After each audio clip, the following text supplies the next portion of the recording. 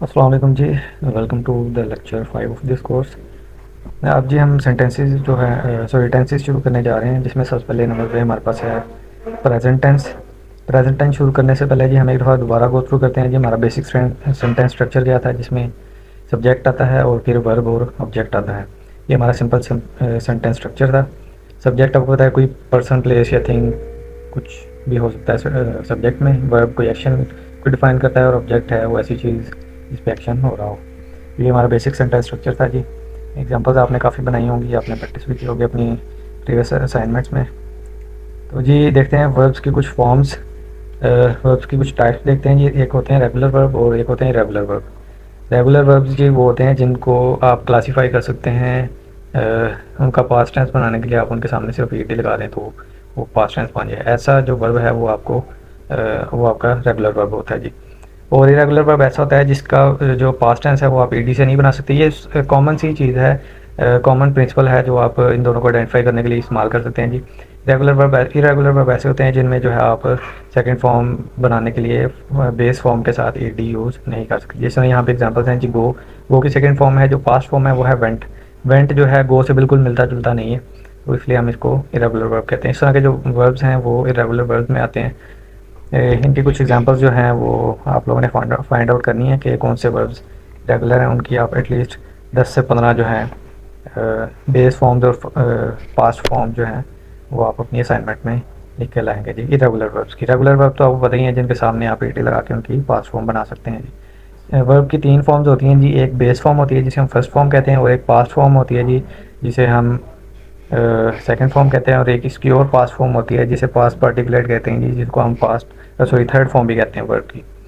तो जो irregular verbs हैं इनकी फर्स्ट फॉर्म और सेकंड और थर्ड फॉर्म जो है वो तीनों ऑल टुगेदर डिफरेंट होती हैं जी।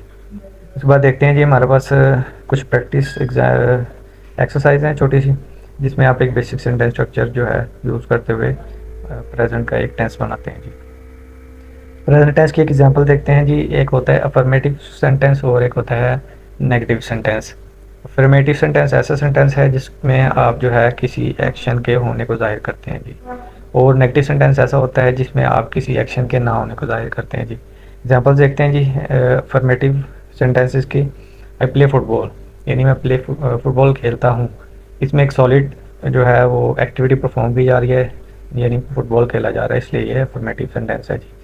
डेफिनेशन इसकी देखते हैं जी। अफर्मेटिव सेंटेंस जो है किसी फैक्ट और या किसी चीज़ के होने को जाहिर करता है, उसको हम अफर्मेटिव सेंटेंस कहते हैं जी।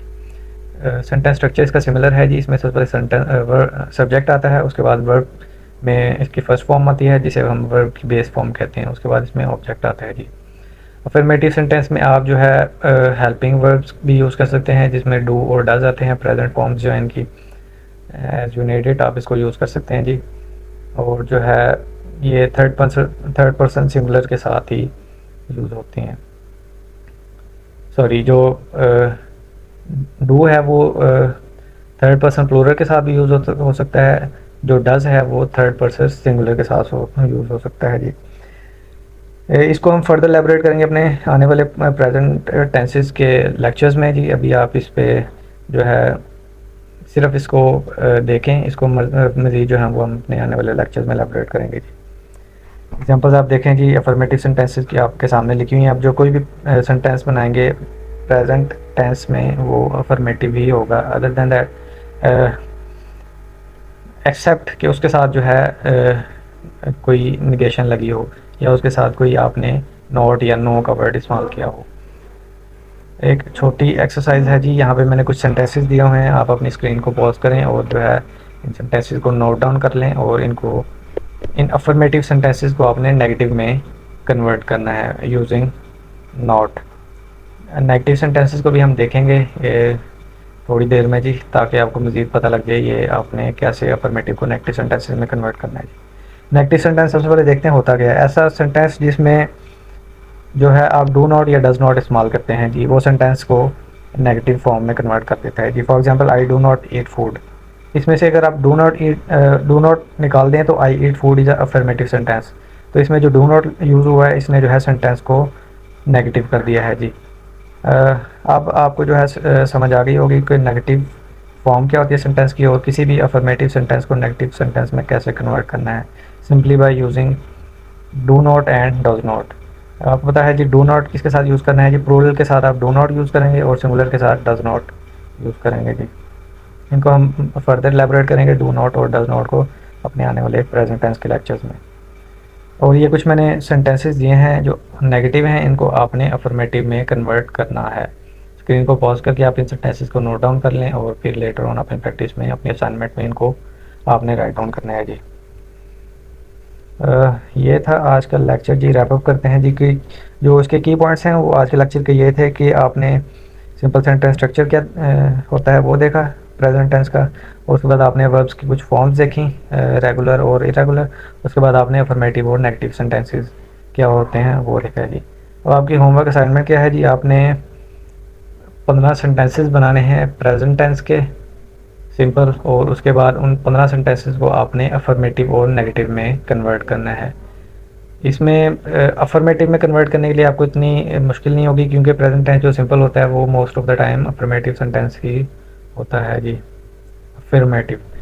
तो जी इसके अलावा आप इस अपनी असाइनमेंट में एक चीज़ और ऐड करेंगे जी, 45 irregular test forms of verb. ठीक है जी, ये भी आपने अपनी असाइनमेंट में इंक्लूड करने हैं जी। ओवरऑल आपके असाइनमेंट में 45 सेंटेंसेस होंगे, जो 30 भी हो सकते हैं बेस्ड ऑन कि आप किस किस्म का सेंटेंस बनाते हैं, क्योंकि affirmative sentence most of the time identical ही होता है अपने प्रेजेंट टेंस से। और इसके बाद आपने 45 जो है इरेगुलर वर्ब्स अपनी असाइनमेंट में लिखने हैं, सिर्फ उनकी बेस फॉर्म आपने लिखनी है। अगर आप अपनी प्रैक्टिस के लिए ये काम करना चाह रहे हैं तो आप इनकी पास्ट फॉर्म और पास्ट पार्टिकुलर फॉर्म भी इंक्लूड कर सकते हैं जी। That's it for today. मिलते हैं जी अपने नेक्स्ट लेक्चर में जी। बहुत शुक्रिया।